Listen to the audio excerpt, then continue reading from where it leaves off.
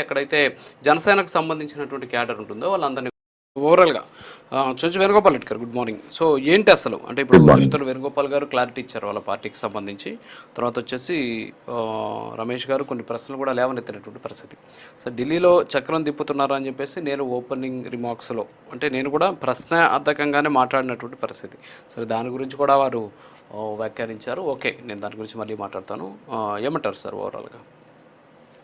ముందుగా ప్యానల్ ఉన్న సభ్యులకి, మీకు అలాగే ప్రైమ్ లైన్ వీక్షకులకి నమస్కారం. రాజు గారు, ఇక్కడ ఒక 2-3 పాయింట్లు నేను చెప్తాను.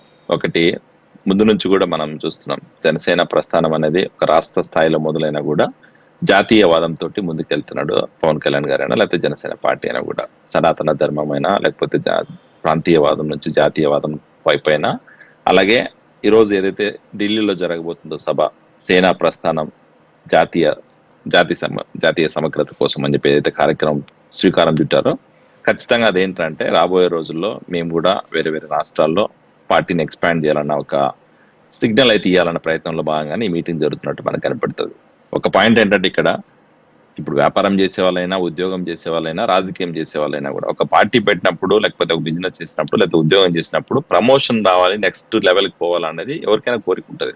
ఆ కోరికలో భాగంగానే ఈరోజు జనసేన పార్టీ ఆవిర్భావమై 10 సంవత్సరాల కాలం అయిన తర్వాత ఈరోజు వాళ్ళు కూడా వేరే వేరే రాష్ట్రాల్లో ఎక్స్పాండ్ చేయాలా, వేరే రాష్ట్రాల్లో కూడా ఈరోజు పార్టీని ఎక్స్పాండ్ చేసి అక్కడ కూడా మన ఎగ్జిస్టెన్స్ ప్రూవ్ చేసుకోవాలన్న ప్రణాళికలో భాగంగానే ఈరోజు జాతీయవాదంతో ముందుకు వచ్చినట్టు కనపడుతుంది.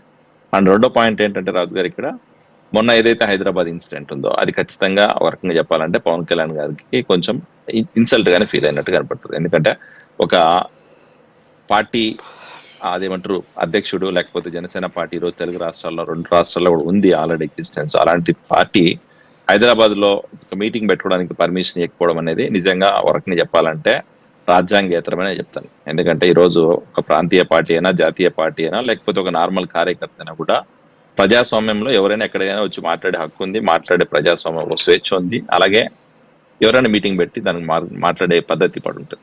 కానీ ఈరోజు తెలంగాణలో మొన్న హైదరాబాద్ ఏదైతే జరిగిందో అది ఒక రకంగా చెప్పాలంటే కొంచెం అవుట్ ఆఫ్ ఏమంటారు డెమోక్రసీ అనే చెప్తాను. ఎందుకంటే ఈరోజు తెలంగాణ, హైదరాబాద్ అనేది ఈరోజు పాకిస్తాన్ లేకపోతే ఇరాన్ కాదు కదా. వేణుగోపాల్ రెడ్డి గారు, నేను మీకు అడ్డు తగులుతున్నాను కాదు, కానీ ఈ సబ్జెక్ట్ లేపారు కాబట్టి చెప్తున్నా. నిన్న కాక్రోచ్ జనతా పార్టీ పేరుతోటి ఒక కార్యక్రమం జరిగింది. అందులో ఎవరైతే ఈ ప్రాంతీయ తత్వాన్ని లేపి విమర్శించినటువంటి వాళ్ళు ఉన్నారో వాళ్ళు జాతీయవాదం గురించి మాట్లాడడం అనేది నిజంగా నిన్న హాస్యాస్పదంగా కనిపించింది. ఎందుకంటే వాళ్ళ కళ్ళ ముందే పక్క రాష్ట్రంలో ఉన్న డిప్యూటీ సీఎం మా రాష్ట్రంకి రాకూడదు, మా రాష్ట్రంలో అడుగుపెట్టు నీ సంగతి చూస్తామని చెప్పిన వాళ్ళు ఈరోజు జాతీయ సమగ్రత, జాతీయ భావాలతోటి నిన్న మాట్లాడినటువంటి పరిస్థితి. ఏమంటారు? ఖచ్చితంగా ఇప్పుడు ఏంటంటే అంటే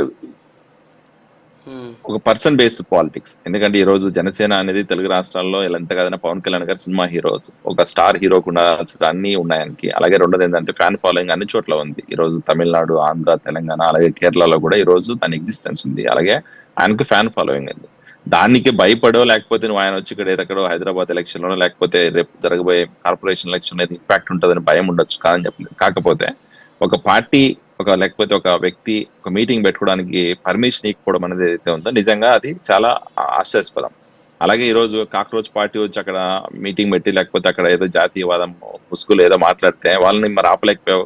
అలాగే ఈ రోజు కిషన్ రెడ్డి గారు ఒక సెంట్రల్ మినిస్టర్ కూడా ఈ రోజు నేను స్టేట్లోకి రాని మాట్లాడే అంత పరిస్థితి ఉంది. అంటే ఇంకా అర్థం చేసుకోండి హైదరాబాద్ లో ఈ రోజు తెలంగాణ ప్రాంతంలో ఎలాంటి పరిస్థితి ఉందో మనకు అర్థమవుతుంది.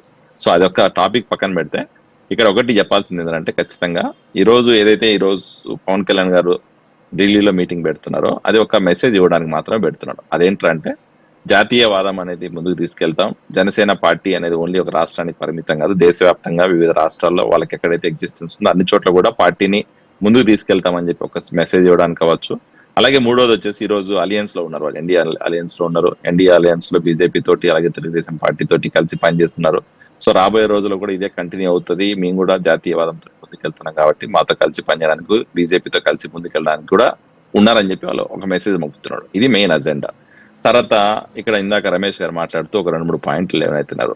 అయినో ఇది అవుట్ ఆఫ్ టాపిక్ కానీ బట్ మీరు అన్నదానికి నేను ఖచ్చితంగా ఏకీభవించాను రమేష్ గారు. ఎందుకంటే ఈ రోజు ఎన్డీ అలయన్స్ ఇంపాక్ట్ ఉంటుంది అని మీరు ఏదైతే మాట్లాడుతున్నారో దానికి ఎటువంటి ఉండదు. ఎందుకంటే ఈరోజు ఎన్డీ అలయన్స్ అనేది ఈ 5 సంవత్సరాల టర్మ్ కోసమో లేకపోతే 10 సంవత్సరాల టర్మ్ కోసమో అని కాదు. ఈ రోజు రాష్ట్ర భవిష్యత్తు కోసం, రాష్ట్ర ప్రయోజనాల కోసం ఈ రోజు కూటమి ప్రభుత్వం ఏర్పడింది.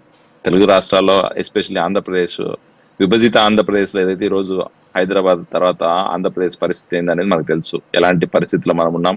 గత 12 సంవత్సరాలు ఈ రోజు మనకి స్టేట్ ఏర్పడినా కూడా ఈ రోజు కూడా ఒక రాజధాని లేని పరిస్థితి ఉంది. ఈ రోజు కూడా యువత బయట రాష్ట్రాలకు వెళ్ళి ఉద్యోగాలు చేసుకునే పరిస్థితి ఉంది. ఆ పరిస్థితి నుంచి బయటకు తీసుకురావాలంటే మరి కూటమి ప్రభుత్వంతోనే సాధ్యం అని చెప్పి ఒక ప్రజలు మ్యాండేట్ ఇచ్చారు మాకు. ఆ మ్యాండేట్ ని మేము యాక్సెప్ట్ చేశాం. రాష్ట్ర అభివృద్ధి కోసం, సంక్షేమం కోసం పనిచేస్తున్నాం. అది కంటిన్యూస్ అవుతుందని చెప్పి ఈరోజు పవన్ కళ్యాణ్ గారు, చంద్రబాబు గారు, అలాగే ఈరోజు జాతీయ పార్టీలు అందరూ కూడా ఈరోజు 3 పార్టీలు కూడా ముందుకెళ్తున్నాయి. దాన్ని కూడా మీరు ఆలోచించాల్సిన అవసరం లేదు. ఇక్కడ పొత్తులకి ఏదో ఎఫెక్ట్ పడుతుంది ప్రతిసారి వీళ్ళు మాట్లాడతారు.